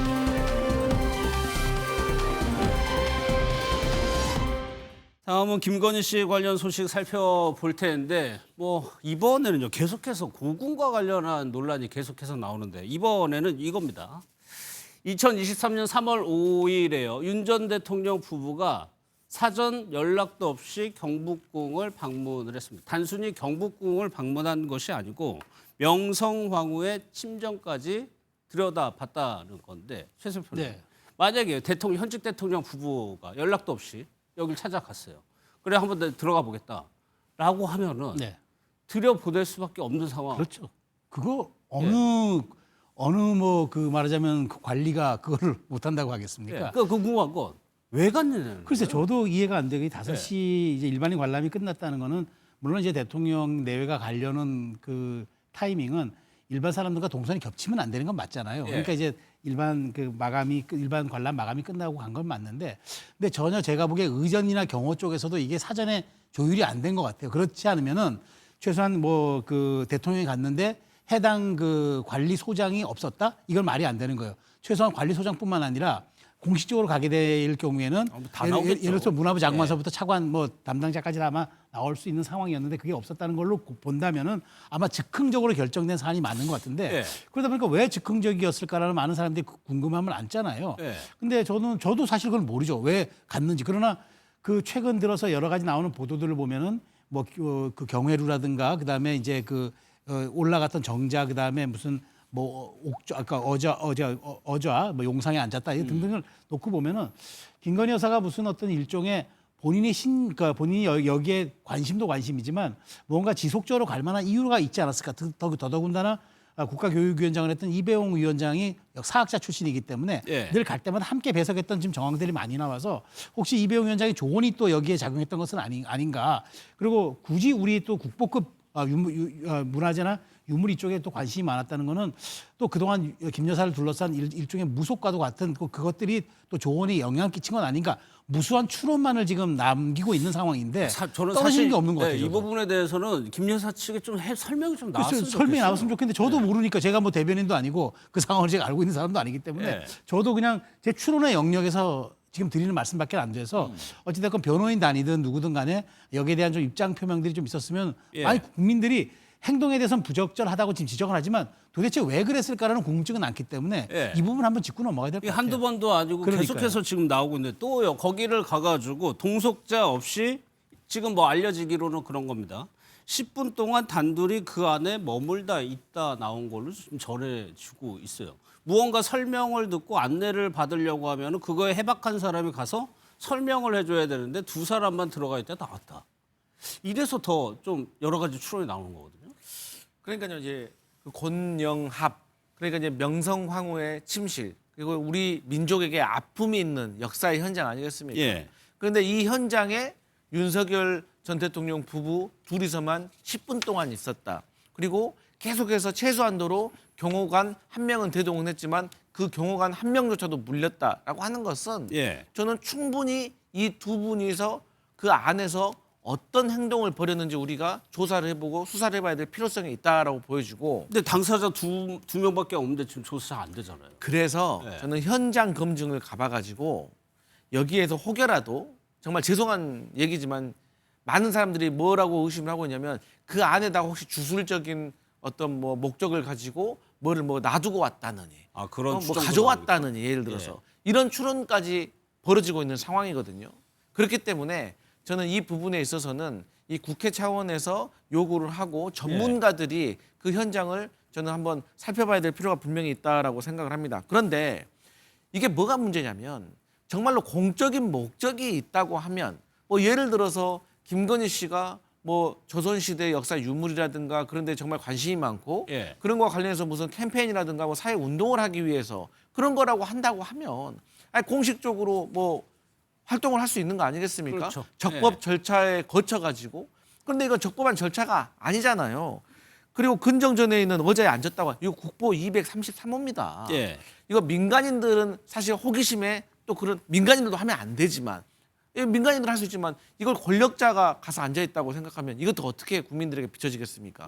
그리고 추가적인 문제가 뭐냐면 이들의 특권 의식인 거예요. 그러니까 이 경복궁에도 이동 수단으로 카트가 있는데 예. 그 카트가 낡았다고 해가지고 창덕궁에서 가져오라고 했다는 거 아니겠습니까? 그렇기 때문에 정말로 이 어떤 사건에 대한 보도가 있기 전에도 윤석열 김건희 씨가 해군 함정에서 파티 벌리고 예. 뭐 제주도에서 뭐 다금바리 회 사가지고 오라고 했다는 이런 거에 있어서 연이어 또 이런 것까지 또 보도가 되니까 얼마나 국민들이 이 윤석열 부부가 이 국가 시설과 국보라든가 이런 것에 대해서 아무런 어떤 권력자로서의 제대로 된 책임 의식이라든가 그게 없었다고 생각하고 분노하시겠습니까? 그러니까 그 부분은 3월에 어자를 갔다는 데가 3월이라고 얘기하고 이 명성황후 침전은 9월이라고 지금 나오고 있어요. 그러니까 이게 본인이 이렇게 있다가 즉흥적으로 이제 갔다라고 하면은 가고 싶다. 그럼 지금 뭐 절차를 따지고 뭐 이런 거에 대한 개념이 없었다고 봐야 되거든요. 공적 개념이 없었던 거죠. 예. 그러니까 그래서 제2부속실을 설치해야 한다는 얘기가 처음부터 있었던 거고 예. 제2부속실이 있었으면 그런 일종의 시스템을 다 만들어서 하겠죠. 그다음에 특별감찰관이 있었으면은 이런 행동들 제어했을 거 아닙니까? 이런 거 하려고 특별감찰관이 있는 거예요. 근데 감찰관이 있어도 제어가 됐었을까요? 아니 글쎄 그건 뭐 있었으면 또 혹시나 또 모르죠. 그런데 없었으니까. 근데 저도 이제 궁금한 게 이거예요. 왜 2022년에는 단 한 차례도 고궁을 가지 않다가 2023년 3월부터 지금 좀 전에 1월부터 좀 전에 3월이었고 또 그다음에 9월도 가고 아주 유독 많이 가요. 그래서 도대체 저는 이렇다 보면은 누군가의 어떤 조언과 코치가 있지 않았을까. 특히나 이제 그 김건희 여사가 그 과정에서 정말 일종의 또 국모 논란도 한때 또 있었잖아요. 그런 측면에서 놓고 보면은 누군가가 이런 것들을 좀 더 부추기거나 이렇게 좀 자극하지 않나 이런 생각도 들어서 왜냐하면 설명하는데 2020년에는 한 차례도 안 가다가 왜 2023년에만 그렇게 집중적으로 5차례 방문하고 그리고 뭐 태실이라든가 그다음에 뭐 어좌라든가 이게 말하자면은 조선 왕조의 뿌리와 관련이 있는 그런 쪽만 왜 이렇게 집중적으로 갔느냐. 왕의 침시가 안 되든가. 만약에 이런 고궁이라든가 문화재에 관심이 평소에 있었다고 하면은 연도별로 평균적으로 방문횟 수가 나오겠죠. 그리고 보는 장소도 이상하잖아요. 그러니까 이게 뭐 그 용상 혹은 뭐 이제 그 왕의 그 태들이 묻혀 있는 역대 왕의 태들이 묻혀 있는 곳. 그다음에 뭐 그 고종 황제의 마지막 그 침실. 뭐 이런 것들은 그러니까 상식적으로 납득이 안 되는 것들을 가니까 사람들이 도대체 왜라는 지금 궁금증이 있는 건데 이 부분은 저도 조금 설명이 좀 들었으면 좋겠다는 생각이 있어요. 이거는 뭐 지금 특검이 수사하고 있는 그런 조금 뭐 거대한 뭐 그렇게 중요한 범죄까지는 아니다 하더라도 그냥 개인적으로나 지금 언론 보도가 계속 나오고 있기 때문에 진실이 어떻게 되는지 좀 궁금합니다. 왜 갔을까요? 당시에 뭐 국모 얘기 잠깐 하셨지만 한때 이 국모 얘기가 정치권에서 회자된 적이 있었죠. 그때 영상을 좀 보겠습니다. 지금 뭐 세상이 어떤 세상인데 뭐 영부인 얘기를 하고 옛날에는 뭐 국모라고도 했잖아요. 건국 초기에는. 근데 저는 그냥 누구 씨나 조금 존칭해진다 하면은 뭐 우리가 그 여성을 존칭할 때는 뭐 여사라는 말을 쓰고 하니 그 정도에서 끝나야지. 그리고 남편이 대통령이 되는 경우라도 아내의 역할에만 충실하겠습니다. 어떤 의도든 떠나가지고 우리가 해야 할 말이 있고 하지 말아야 할 말이 있습니다. 그래도 대한민국이 국모입니다. 저도 뉴스를 보고 했는데 네. 얼마나 스트레스 받겠습니까? 스트레스 많았을 것이다. 그렇죠. 일반 그것도 그런데 한때는 국모였잖아요. 얼마나 스트레스를 받겠습니까? 그런 뭐 아픔이 있었겠죠. 이분들이 이제 무속에 상당히 심취해 있었기 때문에 이게 왕의 어떤 기운이 서려 있는 곳이라든가 나같이 왕이 될 팔자가 있는 사람들이 여기로 와야 되는 거고 내가 조선시대는 왕이었지 뭐 이런 생각을 했던 게 아닌가. 그러니까는 그때 당시 여권에서는 국모라는 표현이 나왔는데 지금 최수영 평론가님 들으시니까 어때요? 민망하죠. 사실 저 때도 저는 지적을 했어요. 저런 표현 쓰는 게 아니다. 전 근대적인 표현이지 않습니까? 근데 지금 듣다 보니까 그러니까 언뜻 생각나는 게 명성황후잖아요. 우리 저 마지막 아까 곤영전인가 하는 그곳 마지막 주인이. 근데 이제 그게 역사적인 고증이 있었는 건지 모르겠습니다만 영화를 보면은 마지막 일본 자객의 칼을 받으면서도 나는 조선의 국모라는 말을 합니다. 그게 영화 대사에도 나오고 영화의 대사에도 나오고 뭐 그게 100% 고증이 된지 모르겠어요. 마지막으로 칼을 받으면서도 저항하면서 내가 조선의 국모다 얘기를 하는데 뭐 그래서 갔나라는 생각이 언뜻 들었어요. 그러니까 지금 설명이 안 되는 건데 어쨌든 사실은 국모라는 말은 전 근대적인 뿐만 아니라 이것이 우리 사회가 지금 다양성과 포용성에 있는 사회로 가는데 저런 말들이 그때 과연 국민 정서에 얼마나 부합했는지 사실 저도 좀 부적절했다고 봅니다. 지금은 김건희 여사가 어떤 상황이냐면 재판을 받고 있습니다. 오늘 건진법사가 출석을 해서 지금 재판이 진행이 되고 있는데 그 건진법사가 통일교 측에서 받았다는 샤넬 가방이라든가 구두, 사용감이 있는 그걸 특검이 확보를 했죠. 건진법사가 줬기 때문에 거기에 대해서 오늘 증언이 이루어지고 있는데 오늘 건진법사가 뭐라고 얘기했냐면 전달한 거를 그러니까 유경옥 행정관에게 전달했지만 받은 거는 김건희 여사도 인정했다고 얘기를 했어요. 그러니까 지금까지는 사실 건진법사가 그 명품백과 관련된 걸 다 잃어버렸다고 했잖아요. 사실 그때도 누가 믿은 사람이 있었겠습니까? 근데 이제 상황이 여의치가 않고 건진법사도 본인이 가혹한 법적 처벌을 받을 것 같으니까 이제 순수하게 이것을 본인의 의지에 의해서 저는 제출했다고 보고 있거든요. 그런데 그 전에는 이 유경옥 행정관이 샤넬 매장에 가서 그것을 물건을 바꾼 이후에 전성배 씨에게 전달을 했다고 했잖아요. 그런데 특검이 조사를 해보니까 이 유경옥 행정관이 전성배 씨에게 전달한 게 아니라 샤넬 매장을 갔다가 아크로비스타로 갔다는 것을 확보했다고 하는 것이거든요. 그렇기 때문에 누가 봐더라도 김건희 씨에게 전달이 되었다. 다만 아무래도 이제 과거에 2023년 11월에 최재형 목사가 이 디올백을 건네요. 그것이 이제 불거진 이후로 아무래도 문제가 되는 물품들은 다시 전성배 씨에게 조금 가져다 놓은 것이 아닌가. 서해건설도 그렇고 좀 맞물리죠. 그 시기가. 그런 것들이 저는 의심이 되는 상황이다. 이렇게 보여집니다. 저번에 명태균 씨도 한번 이 김건희 여사 재판에 갔는데 김 여사가 안 쳐다봤다고 그래요. 오늘도 그 물품을 특검에 들고 나온다는 얘기가 있습니다. 그러면은 그 물품을 김 여사도 알 거란 말이에요. 그거를 준 사람이 전성배 씨고. 그러니까 김 여사가 이 명태균 씨한테 얼굴을 마주치지 않았다. 요 얘기만 들으면은 그렇게 적극적이거나 그런 모습은 아닌 걸로 보이거든요. 그렇죠. 그러니까 제가 보기에 이제 뭐 부인할 수 있는 사안이 아닌 이제 시기로 접어들었죠. 지난 서희건설 건도 그렇고 이번 건도 그렇고 그다음에 그 오빠의 장모 집에서 나왔던 그런 목걸이도 그렇고 사실 이렇게 놓고 보면은 특검의 조사가 시작될 때는 부인하거나 침묵으로 일관할 수 있지만 지금은 사실상 어찌 보면은 뭐 중요 물증들이 나오고 그다음에 관계자들이 내가 살겠다고 전부 이제 진실을 털어놓거나 이렇게 하는 상황에서 또 최은순 씨도 지금 조사. 그렇죠. 그런 상황에서 심기가 편하겠습니까? 그리고 그러다 보니까 외면하고 그다음에 어찌 보면 좀 자포자기에 가까운 심정도 있을 거라는 제가 생각이 들어요. 그렇기 때문에 저는 이제 사실상 어찌 보면은 16개 혐의로 김 여사가 지금 조사를 받고 있긴 수사를 받고 있긴 하지만 제가 보기에 진실의 일단들은 거의 이제 나온 것이다. 나왔는데 이제 이렇게 국정감사장에서 불거지는 저렇게 아주 국민들의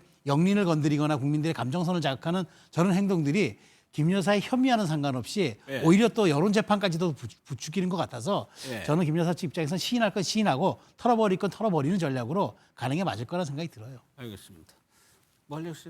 아니 이게 김건희 씨와 관련해 가지고는 네. 그래서 구속을 시켜야 된다는 게 이런 효과 때문에 그런 겁니다. 만약 김건희 씨가 밖에 있었다고 하면 네. 건진법사라든지 유경옥 행정관이라든지 여러 명에 대해서 나름대로 회유와 압박을 할 수 있는 가능성이 높았을 거예요. 근데 김건희 씨가 딱 구속이 되어 있으니까 예. 이게 원활한 소통이 안 되고 그러다 보니까 검진법사 같은 사람도 여러 가지 생각을 할 거고 예. 그러다 보니까 본인의 지인들하고 상의를 할 겁니다. 요거 여쭤보려고 네네. 했는데 김건희 여사 측에서는 그 샤넬 매장 직원이 나와서 진술을 했죠. 네. 여기에 대해서 정치적인 성향을 문제 삼았는데 이거 결국엔 뭐예요? 진술의 신빙성을 떨어뜨리겠다는 건가요? 근데 이제 뭐 메신저를 공격하는 거겠죠. 네. 근데 이제 그런다고 해서 그 사람이 뭐 거짓말을 했다고 생각을 하진 않거든요. 예. 그리고 결론은 뭐 그 직원이 이 얘기를 했을지 모르겠지만 어쨌든 간에 직원이 아무리 뭐 김건희 씨와에게 안 좋은 진술을 한다고 하더라도 아니 결과적으로 김건희 씨가 뇌물을 받았다는 것은 사실로 드러나고 있잖아요. 예. 그럼 뭐 끝난 거 아니겠습니까? 예를 들어서요. 얼마 전만 하더라도 국민의힘에서는 이 김건희 씨가 뭐 뇌물을 받았어도 그 실물을 못 찾았기 때문에 그 범죄 혐의를 소명하기가 힘들 것이다. 예. 이렇게 여론으로 비춰지고 보도되는 거하고는 또 다른 문제다라고 계속 방어를 해왔어요.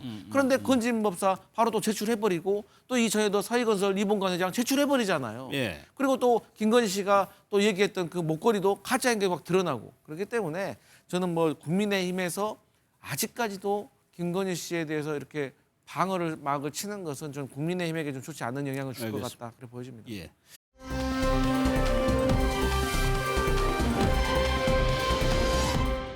또 한 명이죠. 임성근 전 사단장 20자리 비밀번호를 찾았다는 임 전 사단장이 결국에 구속이 됐습니다. 영상을 좀 보겠습니다.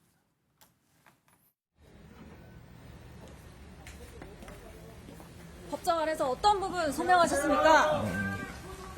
구명로비 수사회합 시도한 사실 인정하셨습니까? 수사방해 혐의에 대해서는 뭐라고 말씀하셨습니까? 유가족에게 따로 하실 말씀 없으십니까? 그런데 특검에서 영장 청구서에 비번 찾았다고 연락해온 부분을 반영을 했다고 지금 보도가 나오고 있거든요. 그러면 특검에서는 그거 찾았다는 사실이 오히려 특검 입장에서 좋았다는 얘기잖아요. 그렇죠. 그러니까 어찌 보면 재판부도 2년 동안 기억 안 나던 비밀번호가 갑자기 하루아침에 기억날 리는 없잖아요. 예. 더군다나 그게 뭐 종교적인 혜택으로 하나님의 사랑으로 뭐 이렇게 기억났다고 얘기하는 게 그게 설득력이 있겠습니까? 가장 예민하고 민감했던 시기에는 이 말하자면 휴대전화에 대해서 포렌식이 협조하지 않고 있다가 이제 와서 한다 그러면은 구속이 임박하거나 혹은 본인에게 지금 결정적으로 사안 자체가 불리해지기 때문에 선택적으로 여기에 대해서 본인이 사실관계를 얘기했던 것으로 재판부 할 수밖에 없고 예. 또 얼마 전에 이제 그 이종호 블랙펄 인베스트먼트 대표와의 만남에서도 서로 이제 말이 엇갈리다 결국 이제 배우 박성웅 씨의 이제 증언들이 이제 결국 이제 거기에 이제 힘을 실어줌으로써 이렇게 되다 보니까 다른 건 몰라도 임성근 전 사단장이 이 사건에 대해서만큼 뭔가 진실을 은폐하려는 듯한 그런 행동과 의도가 충분히 보였기 때문에 저는 재판부가 특검도 이걸 적극 활용한 것 같고 그다음에 네. 재판부도 여기에 대해서 다른 사람은 모르겠지만 최소한 임성근 사단장에 대해서는 구속영장을 쳤던 걸로 예. 저는 생각이 됩니다. 그럼 결과적으로 증거인멸 우려입니다. 역시 그렇게 했던 것이 임 전 사단장에게 오히려 독이 됐다. 뭐 결과론적이긴 하지만 독이 됐다는 얘기거든요. 그렇죠. 이제 사실 판사가 봤을 때도 아니 갑자기 생각 안 나던 그것도 뭐 한두 자리도 아니고 뭐 20자리 정도 된다고 제가 들었는데 이런 것들이 갑자기 제출하는 것 자체가 막상 이제 몰려가지고 구속을 면하기 위해서 그런 것이 아니냐라고 생각할 수도 있죠. 그런데 이미 특검에서는 이 임성근 전 사단장이 증거인멸이라든가 회유를 이제 부하들에 대해서 회유하려고 했던 정황들에 대한 것들을 많이 확보를 해놓은 상태이기 때문에 예. 임성근 전 사단장에 대해서 구속을 시키는 것에 대해서는 좀 자신감이 있었던 것으로 보여집니다. 예. 근데 이제 앞으로 우리가 할 얘기지만 문제는 뭐냐면 이 임성근 전 사단장은 구속을 시켰지만 그 외에 이종섭 장관이라든지 다 안 됐죠. 그 외에 5명이 안 된 것이 상당히 저는 문제로 보여지고 예. 이 부분에 있어서 저는 특검이 어떻게 대처할 것인가. 왜냐하면 이 임성근 사단장은 그렇다 치지만 이 이종섭 그 장관이 구속되지 않았기 때문에 사실 대통령실로 치고 올라가는 수사에 좀 난항이 겪을 수도 있는 것이거든요. 그래서 이 부분에 있어서는 사실 저희 민주당으로서는 상당히 유감이고 이렇기 때문에 사법부 독립이라든지 내란 전담 재판부가 필요하다라고 저희가 주장할 수밖에 없다 그렇게 생각합니다. 하나만 더 볼게요. 배우 박성웅 씨가 이제 두 사람 만난 자리 아는 사람이라고 진술하니까 지금 뭐 YTN 보도긴 합니다. 수차례 박성웅 씨한테 전화하고 문자에서 기억이 잘못됐다라고 얘기했거든요. 그러니까 이제 제가 자주 말씀드리지만 이 윤석열 정부에서 있었던 고위직들은요. 이 제대로 된 객관적인 그 누구도 부인할 수 없는 CCTV와 같은 증거가 나오기 전에는 계속해서 거짓말하는 사람들입니다. 그렇기 때문에 저희는 계속해서 의심을 해야 하고 결국에는 진실을 찾게 되는 거 아니겠습니까? 그래서 저는 이 임성근 사단장에 대해서는 구속이 됐기 때문에 앞으로 재판을 통해서 법적 처벌을 받을 거라고 생각합니다. 알겠습니다.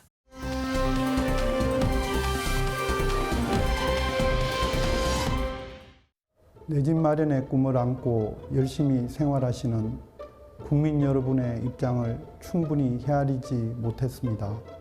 진심으로 사과드립니다. 국민 여러분의 눈높이에는 한참 못 미쳤다는 점을 겸허히 받아들이고 재차 사과의 말씀 올리겠습니다. 이번 일을 계기로 제 자신을 다시 한번 되돌아보겠습니다. 국토부의 이상경 차관. 그 사람은 나쁜 사람입니다. 아니 또 뭐 아니 지금 보십시오. 자기는 가지고 있는 관리 출신이 누구보다도 잘 아는 사람이 국민의 말초신경을 아주 비율을 상하게 그따위 소리를 하면은 저 같으면은 책임을 지고 사퇴하는 것이 좋고. 네, 민주당 박지원 의원 나오셨습니다. 어서 오십시오. 네, 안녕하세요. 방금 저희가 인터뷰를 전해드렸는데 이상경 차관에 대해서 나쁜 사람이라고 아예 직격을 하셨어요. 그렇게 보신 이유가 있겠죠? 글쎄 뭐 나쁜 사람이 아니라 국토부 차관이면 주택 정책을 책임지는 분인데 좀 국민의 염장을 지르는 소리는 안 해야 돼요. 우리 국민들이 가장 민감한 게 과거에는 병력, 입시, 부동산이었습니다. 지금은 다 군대 가니까 입시, 부동산인데 5,200만이 다 아파트 한 채 가지고 신경을 쓰는 거예요.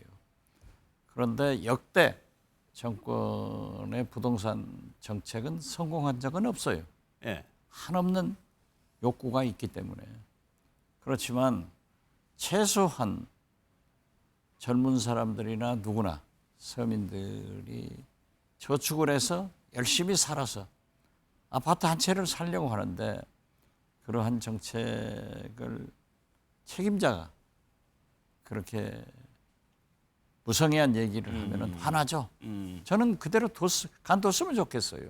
그런데 의원님은 이제 사퇴하는 게 맞다라고 얘기하셨는데 어제 사과를 했는데 그 사과의 방식과 내용을 가지고 그 논란이 더 이어지고 있는 상황이거든요. 글쎄요. 말단 지엽적인 것 가지고 얘기할 필요는 없고 최소한 당의 최고위원이 사과를 했다 하면은 오동잎 떨어지면 가을이 온 걸 알아야죠. 차관이 책임져줘야 되지. 그건 저는 대통령한테도 누를 끼치고 있다 그렇게 생각해요. 그것이 하나의 지금 민주당 여당 내 분위기를 대변하는 건가요? 어제 한준호 최고위원이 그런 게? 글쎄 뭐 제가 당 지도부에 있는 것은 아니기 때문에 당을 대변한다는 게 아니라 민심을 저는 읽었다 이렇게 말씀드립니다. 그런데 일각에서는 또 그런 얘기도 하더라고요. 부동산 정책이 나온 지 얼마 안 됐는데 차관이 또 갑자기 사표를 쓰게 되면은 이 정책의 실패로 연결될 수도 있다. 이런 해석을 해서 조금 지금은 사실 이재명 정부 출범 5개월 만에 벌써 3번째예요. 그리고 거듭 말씀드리지만 역대 정권의 부동산 정책이 성공한 적은 없어요. 항상 미흡하지. 그렇기 때문에 그러한 것을 따지기 전에 국민이 어떻게 생각하는가.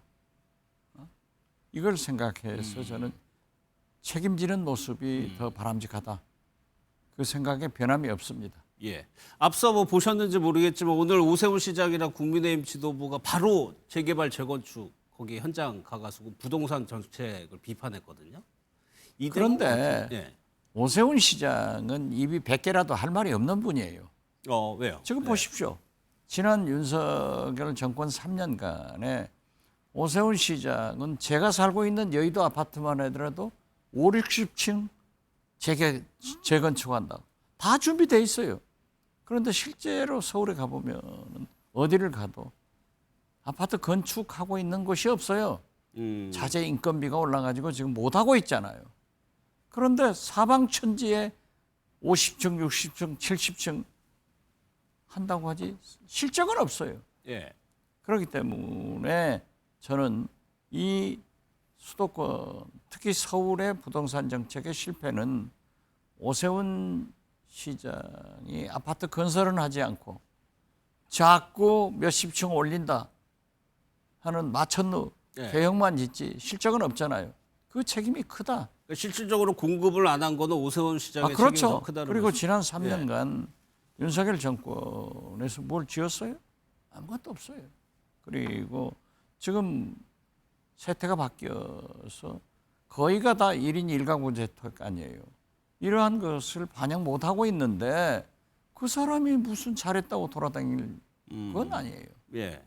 그런데 오늘 그 행보는 지금 야권 국민의힘 입장에서는 부동산 정책을 공격하는 것이 유리하다는 판단이 이제 전제가 아마 정치적으로 그러겠죠. 예. 특히 명태균 씨한테 한 방 맞고 나서 이걸 좀 커버해야겠다. 예. 하지만은 아마 오세훈 시장이 내년 시장 선거에 출마 여부는 명태균 씨 입에 달려 있는 거 아니에요? 저는 불가능하다고 생각해요.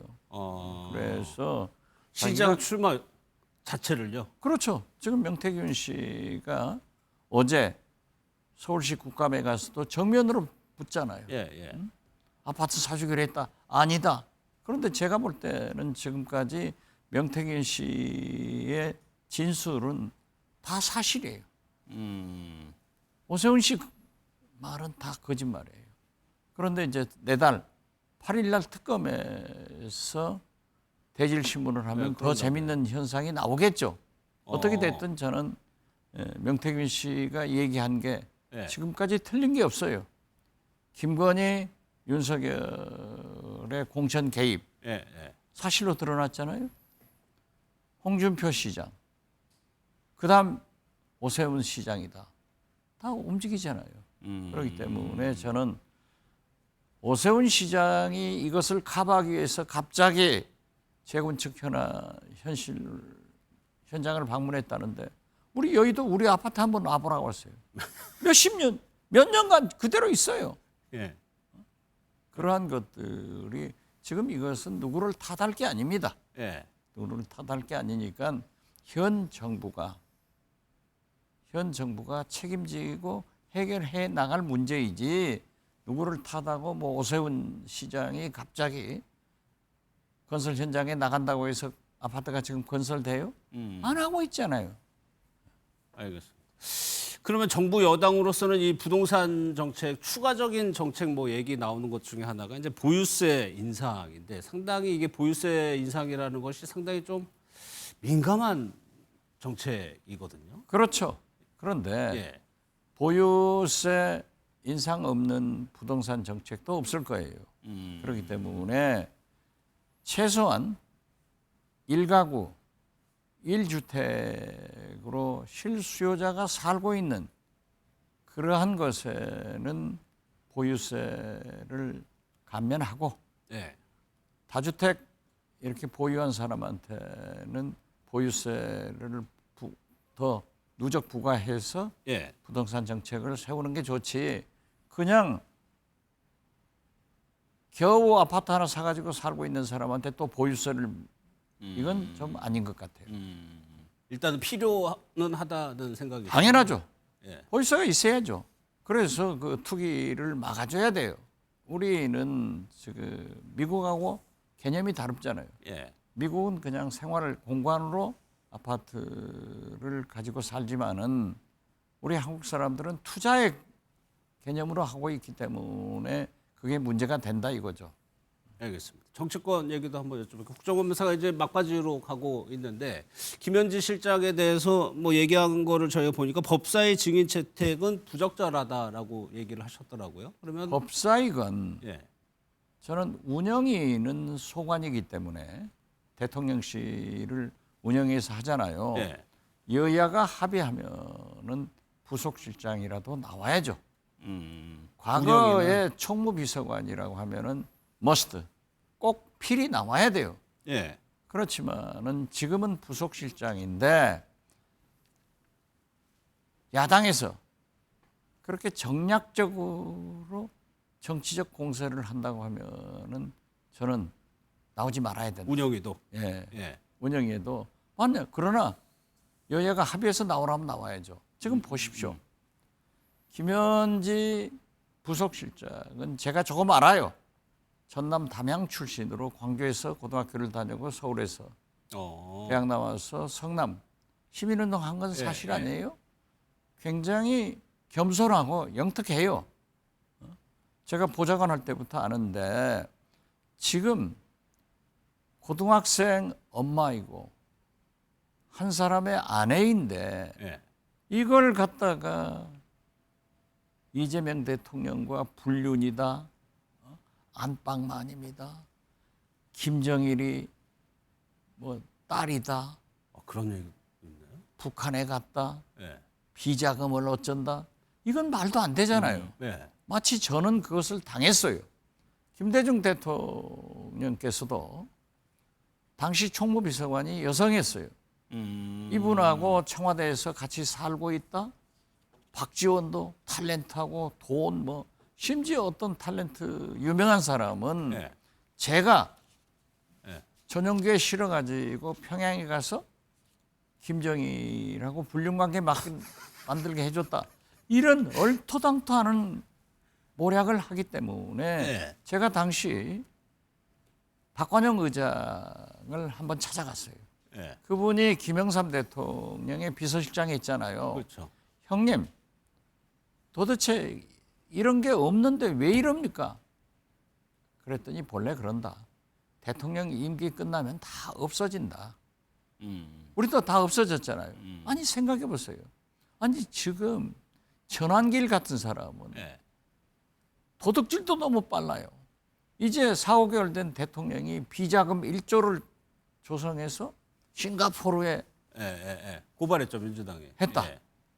아니 바로 그 사람들이 내란 세력, 국민의힘 그 사람들 전신이 이효 여사가 신한은행에서 하루에 3조씩 3일간 9조를 현금으로 인출해가지고 빼갔다. 이런 얘기를 해서 저희도 고발하고 뭐 난리가 났었지만은 이런 것은 정치권에서 불식돼야 돼요. 그리고 만약 김현지 부속실장이 나가면은 국회의원들이 7분간 질문을 하는데 가짜뉴스 퍼부어대고 김현지 부속실장은 아닙니다 하면 언론은 또 그런 것만 쓰고 김현지 부속실장은 부인했다. 이런 거 안 됩니다. 그래서 그러한 난장판, 그러한 판에 끼어들 수는 없다. 그러나 국회를 존중하기 때문에 여야 운영위에서 합의하면 나가야 된다. 저는 그렇게 생각합니다. 알겠습니다. 앞서 뭐 저희가 다뤘던 뉴스 보셨는지 모르겠지만 뭐 윤 전 대통령 부부가 경복궁 거기는 어자는 물론이고 명성황후 침실까지 둘러봤다 들어가고 예고 없이 이런 행동들을 뭐 아시겠지만 어떤 생각이 드셨어요? 저는 그분들은 점쟁이 무속인들의 주술 속에서 살고 있기 때문에 용상에 가서 왕노릇도 해보고 앉아보고. 아 왕노릇. 용상에 올라가서 앉아보잖아요 김건희. 그리고 소위 명성황후 시해된 거기 가서 부부가 침실에 가서 10여 분이 있다 나온 것은 뭐 했는지는 모르죠. 그렇지만 나는 정상적인 사람들이 한 행동은 아니고 제가 생각할 때는 어떤 역술인들이 그러한 걸 하면은 영원히 잘 될 것이다. 또 김건희가 왕 될 것이다. 해서 그런 그런 거 한 것 아닌가 저는 그렇게 생각해요. 그러면 뭐 실제로 일각에서 뭐 국모를 넘어서 더한 것도 꿈을 꿨다고 그런 사실 아니에요. 벌써 예. 윤석열 후보가 손바닥에 임금왕자 서가지고 나왔을 때 기독교 목사님들, 성도들 알아봤어야 돼요. 그런데 이 기독교 물론 일부지만은 이분들이 지금도 윤석열을 추종하고 있잖아요. 나는 이것은 성경을 무시하고 우상 숭배를 하는 기독교 정신의 정식으로 입에되는 거다라고 예. 하지만은 이 윤석열, 김건희는 그런 무속인들의 주술 속에서 살고 있기 때문에 그러한 것을 하고 예. 또 지금 현재도 감옥에 있으면서도 자기들은 나와서 롤백 한다, 다시 잡는다 이런 망상을 하고 있는 것 아니에요? 그럼 실제로 대통령이 예고 없이 이런 데를 간다고 본인이 얘기를 했을 때 아니 어떤 대통령이 정신 나간 대통령 아니면 그런 짓 못합니다. 아예 그런 시도 그런 거 자체를요? 없어요. 아니 저도 예. 김대중 대통령님 4분 모시고 5년간 해봤습니다. 예. 어떤 대통령이 아니 박정희도 그런 짓은 안 했어요. 전두환도 안 했어요. 이 정신 나간 윤석열, 김건희 이 사람들만 그런 거 한 거 아니에요. 근데 실제로 그런 일이 벌어졌을 때 참모나 주변 측근 입장에서 말리는 게 좀 힘든. 그게 틀려 먹었다는 거죠. 예. 그래서 제가 늘 얘기는 비서를 하려면은 대통령의 입을 두 손으로 막고 예. 어디 가시려고 하면 자동차 앞에 들어놓는 그런 결기를 가진 사람이 해야 된다. 비서실장이. 예. 그러나 그것도 대통령 내외분이 그러한 역할을 할 수 있도록 분위기를 만들어줘야 되는데 윤석열, 김건희는 물론 그 참모들도 틀려먹었지만은 대통령 영부인으로서 그런 행동을 하기 때문에 못 말렸지 않는가 예. 저는 그렇게 생각합니다. 알겠습니다. 국정감사 얘기도 한번 여쭤보겠습니다. 지금 법사위 국감에서 논란이 된 것 중에 하나가 이화영 전 부지사 관련해서 술파티 의혹? 그래서 네, 한번 그렇죠. 법사위에서 논란이 된 것 같은데 지금 이 상황이 어떻게 지금 진행되고 있는 거예요? 어제까지도 이화영 증인 불러서 그 얘기를 했지만은 연어 파티, 술 파티, 뭐 이런 음식을 먹은 것은 교도관들이 진술을 하고 있습니다. 교도관들은 항상 입회하잖아요. 저도 감옥을 3년 살아봤기 때문에 검찰의 법원에 나올 때 어디를 가든 반드시 교도관이 늘 옆에 있는 거죠? 교도하게 돼 있어요. 옆에 있어요. 그런데 그분들이 증언하잖아요. 심지어 그 검사는 페트병에다 소주 넣어라 해가지고 그걸 가지고 와서 다 먹었어요. 그리고 그 계산한 신용카드, 영수증 이런 게 나왔잖아요. 이걸 어떻게 부인해요? 그러면 이게 추가적으로 뭐 조사가 필요한 사안입니까? 아니면은 어떻게 정리가 돼야 되는 사안입니까?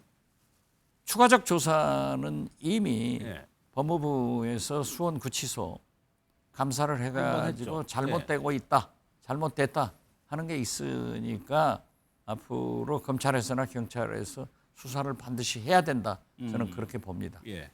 국정감사 뭐 언론 평가 들으셨지만 뭐 정치적인 공방 뭐 있을 수 있지만 유독 이번에는 좀 심하다. 정책이 사라졌다는 좀 지적들을 하고 있거든요. 그렇죠. 특히 우리 법사위가 난리인데 오늘 또 난리였습니다. 오늘도요? 네, 계속 하는 거예요.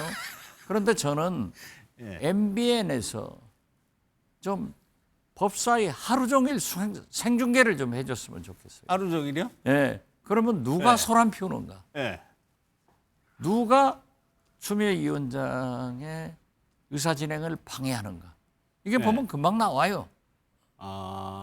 그리고 오늘 제가 그 지적을 했습니다마는 나경원 의원은 저는 선구자다, 선각자다 이렇게 표현했습니다. 이분이요. 왜요?